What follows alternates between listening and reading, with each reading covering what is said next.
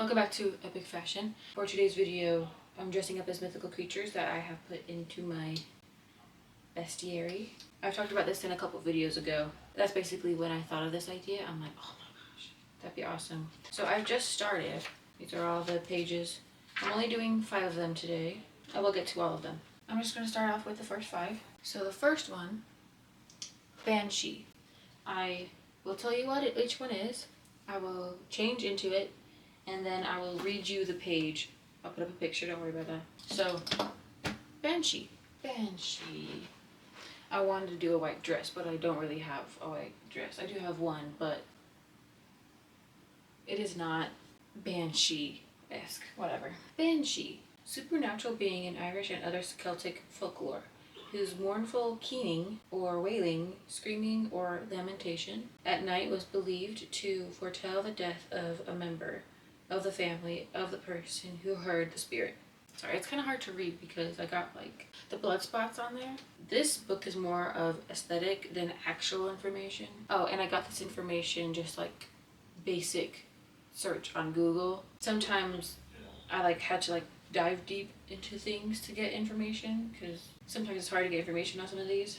So actually some of these might have like contradicting things. I don't know, I tried to like keep it all similar. And some of these at the beginning, sorry, I'm like stopping in the middle of this, but I talk as if like they're not real, which I don't know why I did because that's not what I wanted to do. Like I talked about symbolism, but like these last 2 that I did them yesterday, but we're not going to go over those. I made it sound like they were actually real, and I'm going to continue to do that. A banshee is said to be a fairy in Irish legend, and her scream is believed to be an omen of death. The scream is also called Coin, whatever, which means keening and is a warning that there will be an imminent death in the family. And as the Irish families blended over time, it is said that each family has its own banshee. Intangibility, her incorporeal form allows her to pass through physical barriers with ease. Banshees cannot be killed by conventional methods. Only a golden blade can kill them. They were sinners who accepted alcohol as payment and were said to be punished by being doomed to become banshees. I remember once in class, sacred traditions, the teacher mentioned banshees, and he's like, does anyone know actually know like the lore of banshees? And I'm like, I do. So I told them all about it. Okay, so the next one is werewolf. So I decided to go for like a simple modern look for werewolf because I mean, I don't know. How do you dress as a werewolf? I did brown because brown fur, I'm guessing, and these pants because they kind of look like the moon. That's the best I got. So werewolf. Lycaon, the son of Pelasgus, angered the god Zeus when he served him a meal made from the remains of a sacrificed boy. Really didn't think Zeus would be mad about that, but whatever. As punishment, the enraged Zeus turned Lycaon, whatever, and his sons into werewolves. Though there are many variations on the werewolf story, these folkloric creatures are commonly recognized as humans who have the ability to transform into wolves or wolf-like creatures at the onset of a full moon. Often ruled by animal instincts, they kill and feast on human flesh. They turn for 3 nights per month: the night before a full moon, the night of the full moon, and the night after a full moon. Although now I've learned that a full moon really lasts like 3 nights. So it's really just those 3 nights of the full moon. Often associated with untamed energies, trickery or deceit, and the underbelly of primal human instincts, the werewolf can be interpreted as the struggle between both good and evil within a human being. The inescapable and uncontrollable nature of our raw emotional urges, whether sexual, violent, or destructive, humans can be turned into werewolves by having been bitten by another werewolf. It only works if the werewolf in question is in wolf form. Mercury is used to hunt a werewolf, although mercury is pretty much the same as using a silver bullet. Removing the head or heart is a surefire way to kill a werewolf. I'm not a big fan of werewolves. The closest I got to actually liking werewolves was Twilight and Jacob, but I don't really feel that way now. I just don't like werewolves. I'm not into bestiality. I can't wait to do vampires because that's the mythical creature that I love. I love it. I want to be a vampire. Right, next, phoenix. So this was definitely hard because like there's no human form of a phoenix. But I tried to get like the red and the orange. And I did black because, I don't know, burnt, I guess. I don't know. I just kind of liked the idea of having it over another color. I'm using a shirt, but I mean, it works, right? So Phoenix. The phoenix bird symbolizes immortality, resurrection, and life after death. And in ancient Greek and Egyptian mythology, it is associated with the sun god. According to legend, each phoenix lived for 500 years, and only one phoenix lived at a time. Just before its time was up, the phoenix built a nest and set itself on fire. Then a new phoenix would rise from the ashes. A phoenix is the fastest creature to exist. A phoenix can move way above the speed of light. I don't know, I worded that weird. Yeah. In addition, it is the ability to bring the dead to life. Furthermore, its tears can heal anything they touch. Because of the rebirth symbolism, a phoenix is often thought to represent a lot of good virtues such as grace and kindness.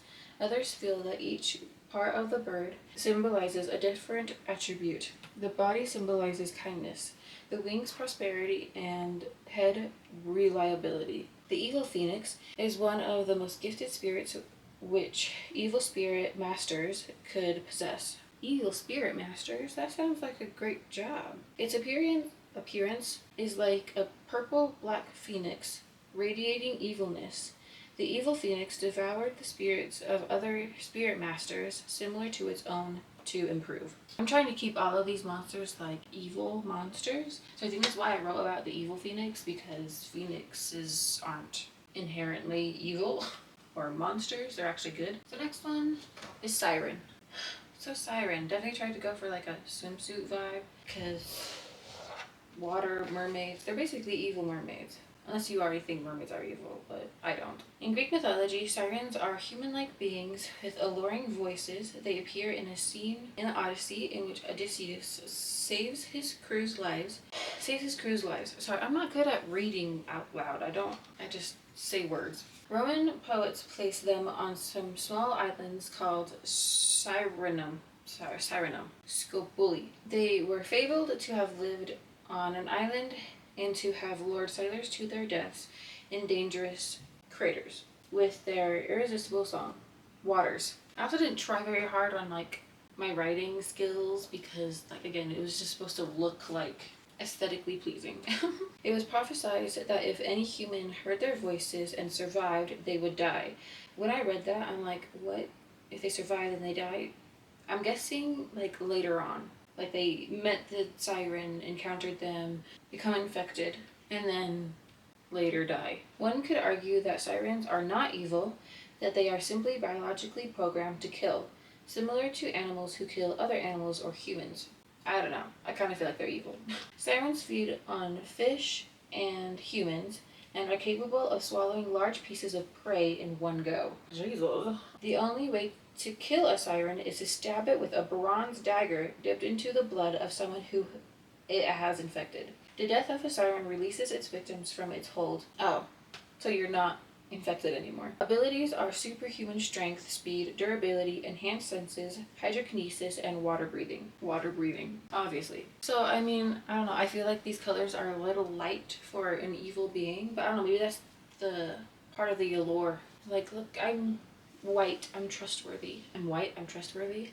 I did not say that. The color white represents purity. So what I meant was I'm wearing white. Anyways, we're going to move on to the last one, which is also a sea creature.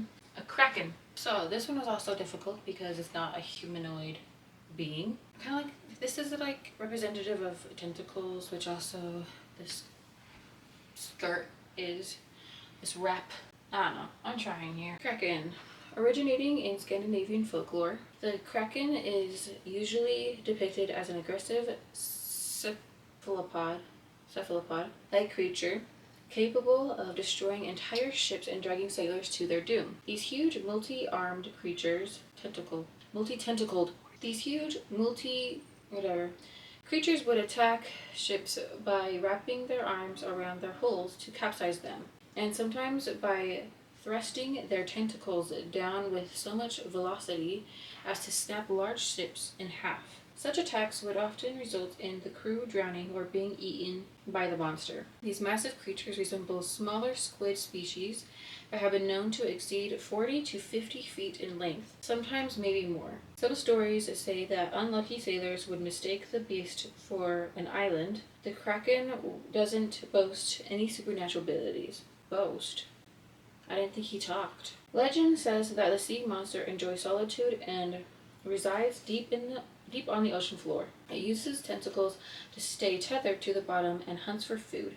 The beast will only surface in warm weather or when disrupted. Or when Davy Jones calls upon him. Well, disrupts him, obviously. Yeah, this one was definitely hard to put together, but for what I have, I kind of like this outfit. It's kind of like a sexy kraken. So I hope you liked that video. Like, comment, share, subscribe. Tell me which one was your favorite mythical creature. Which one was your favorite page. Let me know what monsters you want me to do in the future. They might either have already been in here, or I could just do them and then, or could want me to do it as an outfit, whatever. Remember to follow your dreams, and I love you guys. Goodbye.